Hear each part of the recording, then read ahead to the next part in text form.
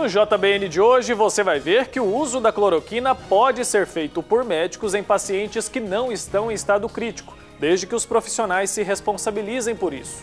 E ainda, o ministro da Saúde está preocupado com as dificuldades para comprar equipamentos de proteção individual da China. E nós também vamos fazer um giro para te atualizar sobre a situação do novo coronavírus pelo mundo. E a participação do nosso correspondente em Roma, Silvonei José. O JBN de hoje já está no ar.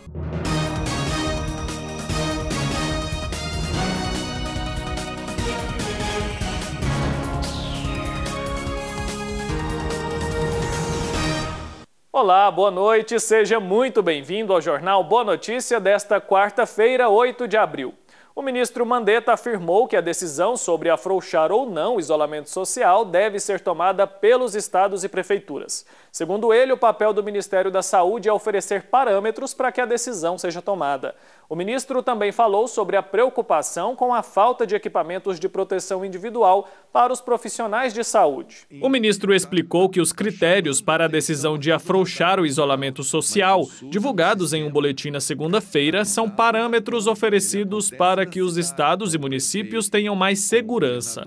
Não vai ser o ministério que vai falar fecha o bar, fecha o teatro, para o ônibus, aumenta isso, não vai no metrô, só pode ir assim. Eu posso dar para eles os guidelines, eu posso dar para eles critérios, que é nesse sentido que a gente deu, que é algo que a gente vem trabalhando e é difícil fazer isso, porque cada mundo tem uma experiência e nós temos que fazer o nosso brasileiro. Mandetta citou o caso de São Paulo, que encabeça a lista de contágios no Brasil. Você pega, por exemplo, uma cidade como São Paulo.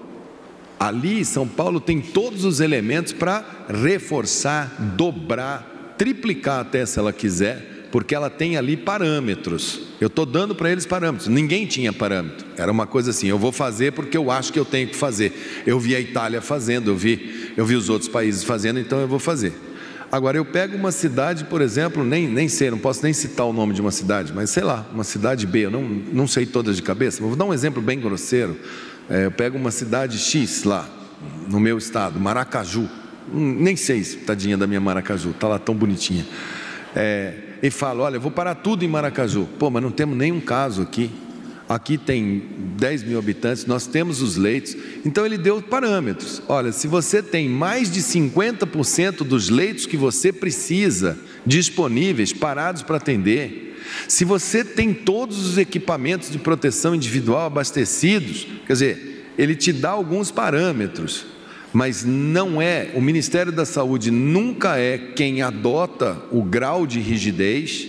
A gente olha no sistema, mas a pedido deles, eles pediram, nos dê alguns critérios. O ministro destacou ainda que uma das maiores preocupações do Ministério da Saúde nesse momento é com a falta de equipamentos de segurança para os profissionais de saúde trabalharem. Com o mundo todo precisando comprar esse material da China ao mesmo tempo, a importação fica mais difícil. O governo está contando com a ajuda do embaixador da China no Brasil para garantir a chegada dos materiais em segurança no país. Hoje à tarde eu fiz um diálogo por telefone com o embaixador da China e nós iniciaremos um trabalho conjunto com o ministro adjunto encarregado de negócios para que cada compra que formos fazer, cada contrato que fizermos para garantirmos mais transparência, mais solidez, mais informações a respeito, a gente possa fazer isso contando com o apoio da Embaixada da China aqui no Brasil,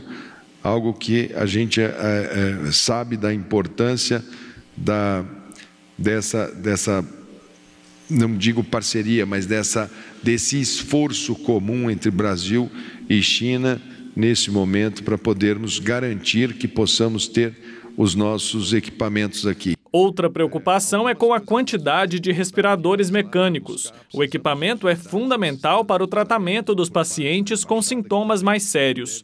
O Ministério anunciou que R$1 bilhão serão destinados à compra de respiradores produzidos aqui mesmo no Brasil. Ainda temos problemas sérios em relação a respiradores, não temos ainda ao certo se a compra empenhada, contratada, nós precisamos agora da previsão de entrega desse fornecedor que assinou e estamos procurando outras possibilidades no mercado interno e mercado externo. Mandetta voltou a falar sobre o uso da cloroquina para tratar pacientes com a Covid-19.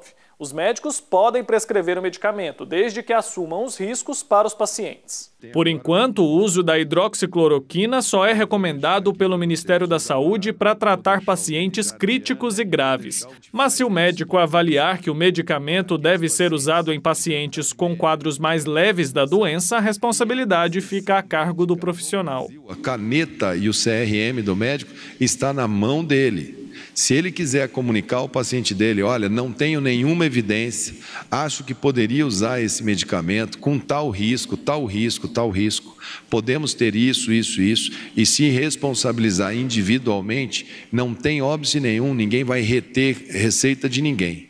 Agora, para que nós possamos, no Ministério da Saúde, assinar que o Ministério da Saúde recomenda que se tome essa medida, logo nós precisamos um pouco mais de tempo para saber se isso pode se configurar numa coisa boa ou se isso pode ter algum efeito colateral. O ministro explicou por que considera mais seguro, por enquanto, administrar o medicamento em internações consideradas críticas. Segundo ele, nesses casos é possível acompanhar a reação dos pacientes por meio dos equipamentos de monitoração.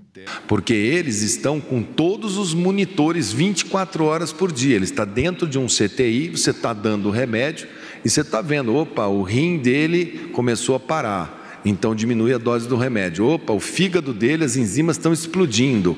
Tira um pouco, ó, melhorou as enzimas. Então começa pelos críticos. Depois que já tem alguma segurança, vamos para os graves. E agora a gente vai acompanhar junto uma mensagem que o padre Joãozinho gravou para a gente sobre a pandemia que estamos enfrentando. Vamos ver o que ele diz. Afinal, por que estamos em quarentena ou distanciamento social neste momento de pandemia? Eu fui pesquisar e encontrei ao menos 40 motivos para ficar em casa. Basicamente, para diminuir a velocidade de transmissão do novo coronavírus. Assim, poderemos até mesmo quebrar a cadeia de infecção do vírus. Com isso, evitaremos que nosso sistema de saúde entre em colapso. Estaremos respeitando os que estão na linha de frente, que não podem ficar em casa. O pessoal da saúde agradece. O pessoal dos serviços essenciais, como mercados, farmácias, agradece. Conseguindo atender a todos os infectados, será possível salvar mais vidas. A capacidade do vírus de matar será cada vez menor. Será possível proteger os mais idosos e doentes, um grupo de maior risco. Daremos tempo para que formas alternativas de economia se organizem. A ciência terá tempo para encontrar uma solução definitiva, seja uma vacina ou um medicamento antiviral. O teste poderá ser aplicado a um número maior de pessoas. Com isso, será possível praticar o isolamento aos que testarem positivo. Iremos adquirir novos hábitos de higiene, como lavar bem as mãos, cobrir o nariz e a boca ao tossir ou espirrar, e, em algumas situações, até utilizar a máscara protetora. Aprenderemos a manter a higiene de lugares e objetos de uso comum, como é o caso das maçanetas, daquele corrimão. Teremos uma nova maneira de nos relacionar, como evitar aglomeração de pessoas. Gestos simples como um abraço serão muito mais valorizados após a pandemia. Vamos aprender a viver uma vida mais simples e sóbria. Entenderemos a diferença entre o que é importante e aquilo que é essencial. Teremos uma oportunidade de superar o consumismo e aprender a arte do consumo responsável. Veremos claramente o quanto o mundo é pequeno e como o que um faz rapidamente atinge a todos. Teremos tempo, o tempo que nunca tivemos, para fazer aquele curso pela internet e ler aquele livro esquecido lá na estante. Quem não costuma tirar férias entenderá o quanto isso é saudável. Entenderemos o valor da ciência e seguiremos as suas recomendações. Saberemos porque a quase totalidade dos líderes mundiais recomenda e até exige a quarentena em tempos de pandemia. Será preciso se reinventar e refazer seus projetos de vida. Haverá mais tempo para meditar e rezar. Descobriremos o valor de emissoras de TV, como a TV Pai Eterno, com conteúdo religioso e sites com conteúdo confiável. Aproveite para repousar e mantenha acesa a chama da esperança. O momento é delicado, mas saiba que tudo passa. É isso aí, agora a gente vai para o intervalo e a seguir nós vamos dar um giro para te atualizar sobre a situação da pandemia pelo mundo. É daqui a pouco.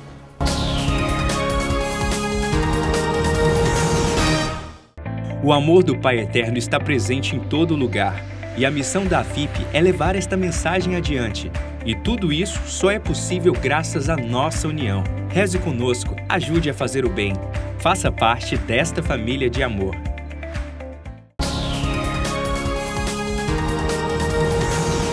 Estamos de volta com o JBN de hoje. Muito obrigado pela sua companhia. E agora a gente vai dar um giro para te atualizar sobre a situação do novo coronavírus pelo mundo. Acompanhe. O primeiro-ministro da Inglaterra, Boris Johnson, está clinicamente estável na unidade de terapia intensiva e responde ao tratamento contra a Covid-19. Ele testou positivo para a doença há quase 2 semanas. O primeiro-ministro recebeu oxigênio, mas não foi colocado em um respirador. Segundo cientistas, o Reino Unido está na fase mais mortal do surto. Os números recentes dão conta de mais de 6.000 mortes. E a França registrou aumento no número de mortes diárias pela Covid-19, com 757 registros em 24 horas. Segundo o Ministério da Saúde do país, o total de mortes causadas pelo Covid-19 no país subiu para mais de 14.500 pessoas. Na cidade chinesa de Wuhan, onde surgiu a pandemia, a vida começa a voltar ao normal depois de 76 dias de severas medidas de confinamento. As autoridades permanecem em alerta para evitar uma nova onda de contaminações. Os 11 milhões de moradores do local podem sair agora desde que tenham um aplicativo obrigatório no smartphone, que vai fazer o rastreamento de dados e a vigilância governamental. E o presidente dos Estados Unidos, Donald Trump, afirmou que vai suspender a contribuição do país à Organização Mundial da Saúde. Ele acusa a instituição de um mau desempenho no enfrentamento à pandemia do novo coronavírus. Trump afirmou que os Estados Unidos podem estar chegando ao topo da curva de contaminações e que o número de casos deve começar a diminuir em breve. Com a quarentena, a orientação é ficar em casa. Por isso, a TV Pai Eterno preparou uma programação especial para você não perder nenhuma celebração durante a Semana Santa. O Pedro Henrique Rabelo traz agora os detalhes do que vai ser transmitido durante esse início do Tríduo Pascal. Acompanhe. Meu irmão, minha irmã, estamos na Semana Santa e como temos que respeitar a quarentena, ficar dentro de casa, mais do que nunca, a companhia da programação da TV Pai Eterno, ela se torna fundamental para todos nós cristãos. Nesta quinta-feira, trago a programação e você vai poder acompanhar bem aqui do meu lado. 10h30 da manhã, tem a Via Sacra com o irmão Diego. 1h da tarde, Missa da Ceia do Senhor com o Papa Francisco, direto da Itália. Às 6h45 da noite, mais uma edição da Via Sacra com o irmão Diego. E às 7h da noite, Missa da Ceia do Senhor, direto ao vivo do Santuário Basílica do Divino Pai Eterno. Esta foi a programação da Quinta-feira Santa. Agora aqui do meu lado você vai acompanhar a programação da Sexta-feira Santa. Às 10h30 da manhã tem a Via Sacra com o irmão Diego. 1h da tarde, celebração da Paixão com o Papa Francisco, direto da Itália.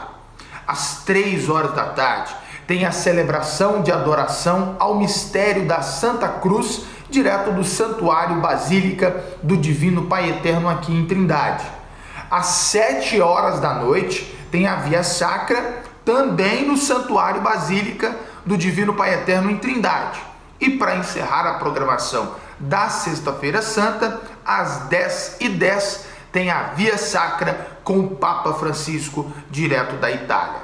Momento de quarentena. de nos cuidarmos, ficarmos dentro de casa. E por isso, mais do que nunca, você está convidado e convidada a acompanhar toda a programação aqui na TV Pai Eterno. Neste tempo em que precisamos nos reinventar diante da situação de pandemia que vivemos, é preciso voltar o nosso olhar para Deus e pedir a sua misericórdia. Essa é a mensagem do arcebispo de Goiânia, Dom Washington, que levou o Santíssimo por várias ruas da capital de Goiás. Veja. Todos sabemos que os tempos difíceis são um chamado à oração e à penitência. Quem conhece a Jesus Cristo e nele acredita, sabe que o mal nunca poderá vencer. Portanto, nunca devemos duvidar do poder da oração para combater o mal. Uma crise pode ser assustadora, mas também pode abrir novas oportunidades. Portanto, este é o momento de se perguntar por que Deus permitiu essa pandemia. Mas também é o momento de nos perguntarmos onde podemos descobrir novas maneiras para conhecê-lo e enfrentar juntos as dificuldades. Deus, de fato, está em nossas cruzes e a graça está em ação. Mesmo quando muitos pensam que foram abandonados, porque o Jesus do Calvário é verdadeiramente o Salvador do mundo. Abençoe-vos o Deus Todo-Poderoso, Pai, Filho e Espírito Santo. Amém. Chegou o momento de conferir as principais notícias do Vaticano com o nosso correspondente Silvonei José. Acompanhe. Alô, amigos da TV Pai Eterno em todo o Brasil. O Papa Francisco continua presidindo a Santa Missa na Casa Santa Marta aqui no Vaticano, como fez nesta manhã de quarta-feira. Todas as manhãs ele reza por uma intenção. E na introdução da Santa Missa de ontem, ele dirigiu o seu pensamento aos inocentes e perseguidos. Nesses dias de Quaresma, vimos a perseguição que Jesus sofreu e como os doutores da lei se acirraram contra ele. Foi julgado sob obstinação, com obstinação, sendo inocente. Gostaria de rezar hoje, disse o Papa, por todas as pessoas que sofrem uma sentença injusta por obstinação. Na homilia, Francisco comentou as leituras do dia extraídas do livro do profeta Isaías, o segundo canto do servo do Senhor, e o Evangelho de João, que fala da traição de Judas e da renegação de Pedro. Peçamos a graça, disse, de perseverar no serviço, apesar das nossas quedas. A profecia de Isaías da leitura de ontem é uma profecia sobre o Messias, sobre o Redentor, mas também uma profecia sobre o povo de Israel, sobre o povo de Deus. Podemos dizer que pode ser uma profecia sobre cada um de nós, disse o Papa. Substancialmente, a profecia ressalta que o Senhor elegeu o seu servo desde o seio materno. Diz isso duas vezes. Desde o início, o seu servo foi eleito, desde o nascimento ou antes do nascimento. O povo de Deus foi eleito antes do nascimento. Também cada um de nós. Uma afirmação importante de Francisco. Nenhum de nós caiu no mundo por casualidade, por acaso. Cada um de nós tem um destino livre, o destino da eleição de Deus. Eu nasço com o destino de ser filho de Deus, de ser servo de Deus, com a missão de servir, de construir, de edificar. E isso desde o seio materno. Jesus, disse o Papa, serviu até a morte. Parecia uma derrota, mas era um modo de servir. E isso ressalta o modo de servir que nós devemos assumir em nossa vida. Servir é dar-se aos outros. Para cada um de nós, servir é não pretender nenhum benefício que não seja o servir. O Senhor nos elegeu desde o seio materno. Há quedas na vida. Cada um de nós é pecador e pode cair, e caiu. Somente Nossa Senhora e Jesus. Todos os outros caímos, somos pecadores. Mas o que importa é a atitude diante de Deus que me elegeu, que me ungiu como servo. É a atitude de um pecador que é capaz de pedir perdão, como Pedro, que jura que jamais renegaria, jamais. Depois, quando o galo canta, chora. Arrepende-se. Este é o caminho do servo. Quando escorrega, quando cai, pedir perdão. Pensemos hoje em Jesus, disse o Papa, o servo, fiel no serviço. Sua vocação é servir até a morte e morte de cruz. Pensemos em cada um de nós, parte do povo de Deus. Somos servos. Nossa vocação é para servir, não para se aproveitar do nosso lugar na igreja. Servir, sempre em serviço.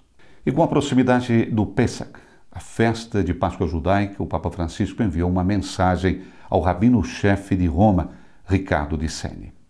A esperança comum é de se viver uma Páscoa serena neste momento de provação, sem esquecer o empenho em trabalhar por quem mais precisa.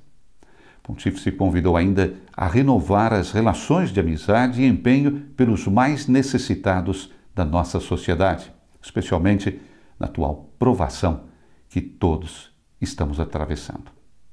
Na mensagem, o Papa pediu ao Senhor que libertou o seu amado povo da escravidão e o conduziu à terra prometida, que também hoje acompanha os judeus com a abundância das suas bênçãos. Na sua parte, o rabino agradeceu o Papa e retribuiu as felicitações, enfatizando que, nesse ano, a Páscoa toma uma dimensão especial, justamente porque a normal existência foi dominada pela epidemia que gera lutos, medos, desastres econômicos e sociais. Dissenho assegurou que estão todos empenhados em ajudar, confortar, fazer um exame de consciência e pedir ajuda ao nosso Criador. De Roma, para a TV Pai Eterno, Silvana e José. Se você aí faz parte da Associação Filhos do Pai Eterno, já sabe que todo mês o Padre Robson de Oliveira envia uma carta especial aos devotos. O objetivo é estimular os laços fraternos entre aqueles que fazem parte desta bonita família de amor e que promovem a devoção ao Divino Pai Eterno por todo o Brasil.